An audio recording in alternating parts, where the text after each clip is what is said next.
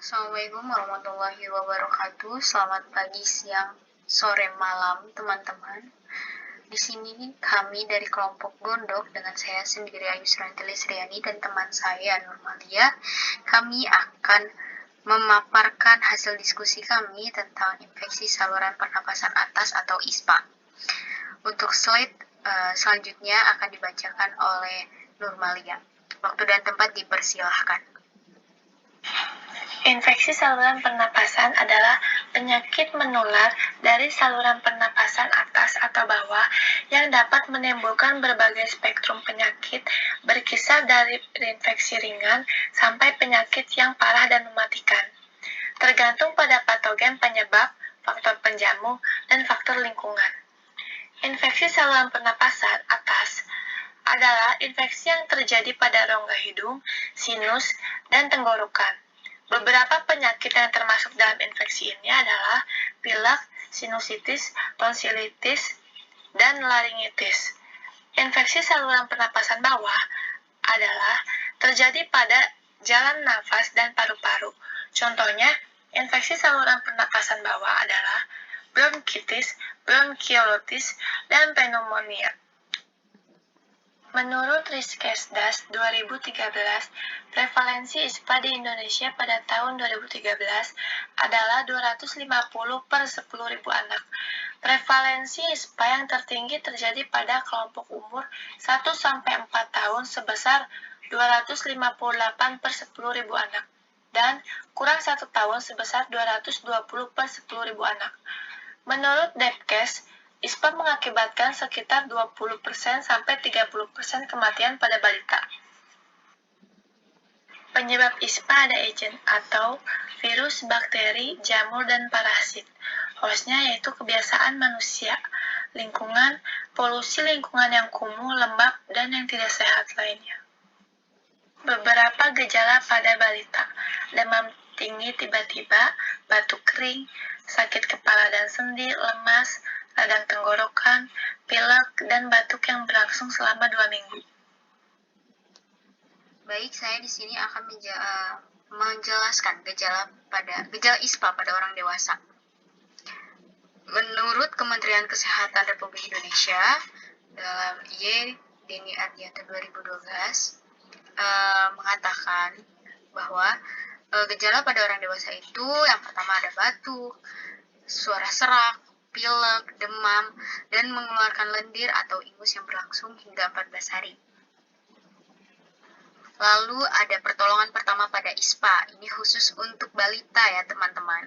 Nah, untuk balita sendiri pertolongan pertamanya yaitu memberikan paracetamol atau dengan kompres bila balita itu demam. Memberikan paracetamol sendiri 4 kali tiap 6 jam untuk waktu 2 hari. Dan cara pemberiannya, tablet diberikan sesuai dengan petunjuknya. Lalu sesuai dengan dosisnya ya teman-teman. Lalu kemudian digerus dan diminum. Lalu setelah itu memberikan kompres dengan menggunakan kain bersih. Dan kalau bisa diberikan kompres menggunakan air hangat ya teman-teman. Lalu ada tindakan mengatasi batuk ya. Batuk ini dapat kita atasi dengan memberikan ramuan tradisional seperti jeruk nipis dicampur dengan kecap atau madu, dan itu diberikan setengah sendok teh, diberikan 3 kali sehari. Lalu ada memberikan makanan yang cukup gizi. Misalnya nih anak-anak tuh muntah, kita tetap harus memberikan makanan walaupun itu sedikit-sedikit tapi berulang-ulang, dan itu dalam waktu sering ya, sering dari biasanya. Lalu yang terakhir ada pemberian minum yang sangat dianjurkan ketika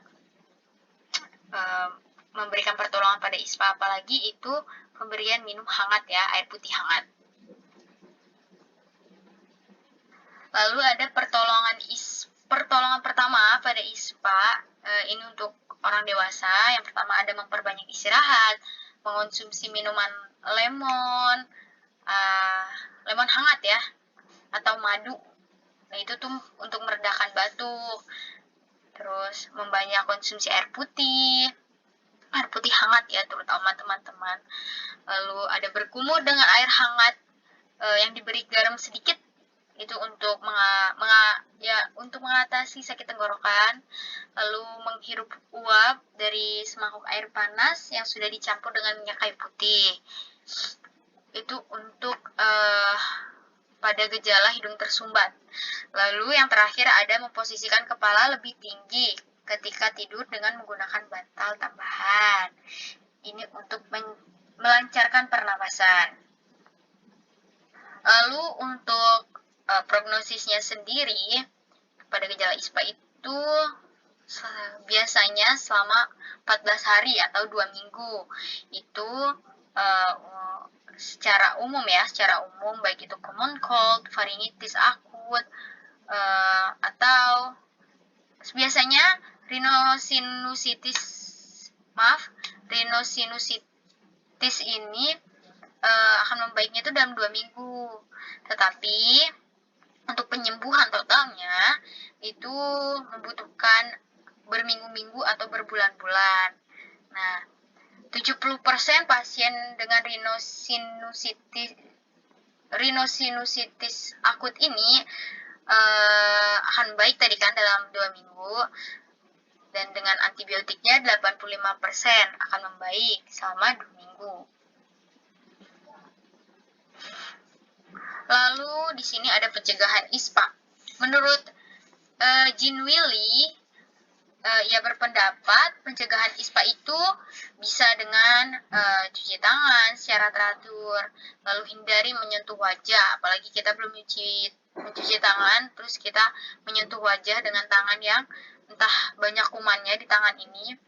Lalu gunakan sapu tangan atau tisu untuk menutup mulut ketika bersin atau batuk. Bisa juga dengan teknik menutup mulut dengan lengan ya untuk batuk dan bersin.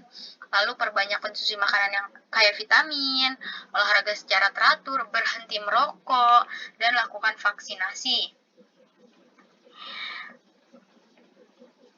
Dan yang paling terutama itu untuk saat ini ya adalah menggunakan masker yang paling utamanya. Dan alhamdulillahnya bahwa masyarakat kita itu sudah terbiasa untuk menggunakan masker. Dan ini referensi kami tentang penyakit ISPA sendiri.